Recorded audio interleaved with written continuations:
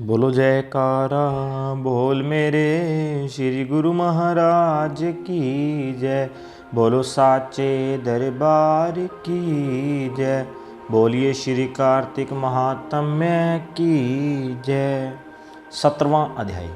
नैमिषारण्य तीर्थ में उपस्थित ऋषि मुनियों से सूत जी महाराज ने कहा, अब मोक्ष के देने वाले सब व्रतों में उत्तम एकादशी के व्रत का महात्म्य सुनो।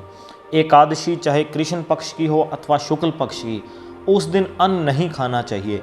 एकादशी के दिन खाया हुआ अन्न पाप भक्षण के समान है। व्रत करने वालों को दशमी तथा द्वादशी को भी एक समय भोजन करना चाहिए। नारद जी द्वारा महाराज पृथु को सुनाई हुई कथा सुनाते हुए सूत जी ने कहा, गंगा के समान तीर्थ नहीं, माता के समान गुरु नहीं, विष्णु के समान देव नहीं, अन्न न खाने के समान तप नहीं तथा शांति के समान संसार में कोई सुख नहीं। सत्य के समान ज्योति नहीं, कार्तिक के समान कोई मास नहीं, ज्ञान के समान कोई लाभ नहीं तथा एकादशी के समान कोई व्रत नहीं। व्रत करने वाला प्रातःकाल उठकर भगवान का पूजन करे, पुराणों की कथा सुने और रात्रि को जागरण करे। अब आप एक प्राचीन कथा ध्यानपूर्वक सुनो। नर्मदा नदी के तट पर गालब ऋषि का शांत, शोभा युक्त और मनोरम आश्रम था। उनका पुत्र भद्रशील भगवान विष्णु का परम भक्त था। भद्रशील अपने साथियों के साथ भगवान की मूर्ति बनाकर पूजन करता, साथ ही उन्हें उपदेश दिया करता कि वे भी भगवान का पूजन करें तथा एकादशी का व्रत रखें।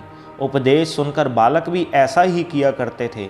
अपने पुत्र के चरित्र को देखकर गालब ऋषि ने एक समय उससे पूछा, हे भद्रशील, तुम हर समय भगवान विष्णु की पूजा अर्चना में लगे रहते हो, यह उपदेश तुमको किसने दिया है? यह बात सुनकर भद्रशील बोला, हे पिताजी, मैं पूर्व जन्म का वृत्तांत सुनाता हूँ। पहले जन्म में मैं चंद्रवंश में धर्म कीर्ति नामक राजा था। दत्तात्रेय जी से मैंने शिक्षा दीक्षा ग्रहण की थी, साथ ही 1000 वर्ष तक राज्य भी किया था। अपने उस जन्म में मैंने धर्म तथा पुण्य के अनेक कार्य किए, परंतु बाद में बुरी संगति में फंसकर मैंने वेद मार्ग छोड़ दिया और पाखंड मार्ग पर चल पड़ा। मेरे दुराचारों को देखकर प्रजा भी पाप कर्म करने लगी। इस तरह धर्मशास्त्रों के कथा अनुसार प्रजा के पाप का छठा भाग भी मुझको मिलने लगा।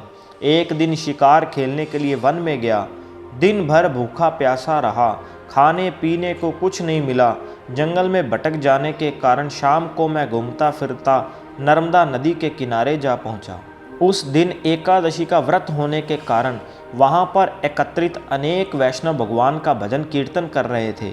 भूख प्यास से व्याकुल और हारा थका होने के कारण मैं रात भर वहीं पर पड़ा रहकर कीर्तन सुनता रहा। प्रातः काल होते ही भूख प्यास से मेरे प्राण निकल गए। उसी समय यमराज के दूत आए और मुझ पापी को मारते पीटते हुए यमराज के पास ले गए। वहां पर यमराज ने चित्रगुप्त से मेरे पाप पुण्य का लेखा जोखा पूछा। चित्रगुप्त ने कहा, यद्यपि यह महान पापी है, परंतु इसने एकादशी का व्रत किया था और रात्रि भर भगवान का कीर्तन सुना था।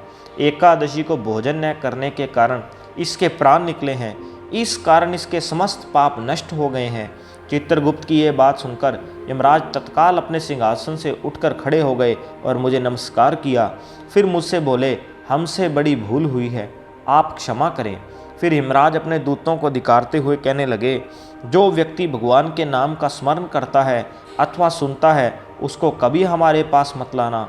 जिसने अनजाने में भी एकादशी का व्रत किया हो, उसके समस्त पाप नष्ट हो जाते हैं और उसे हमारे पास आने की आवश्यकता नहीं पड़ती।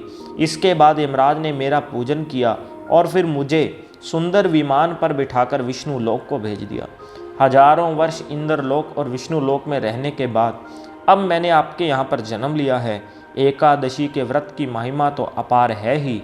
जो इस कथा को सुनता है अथवा सुनाता है, उसके भी समस्त पाप नष्ट हो जाते हैं। इति 17वां अध्याय समाप्तम। बोलो जयकारा बोल मेरे श्री गुरु महाराज की जय। बोलो साचे दरबार की जय। बोलिए श्री कार्तिक महात्म्य की जय।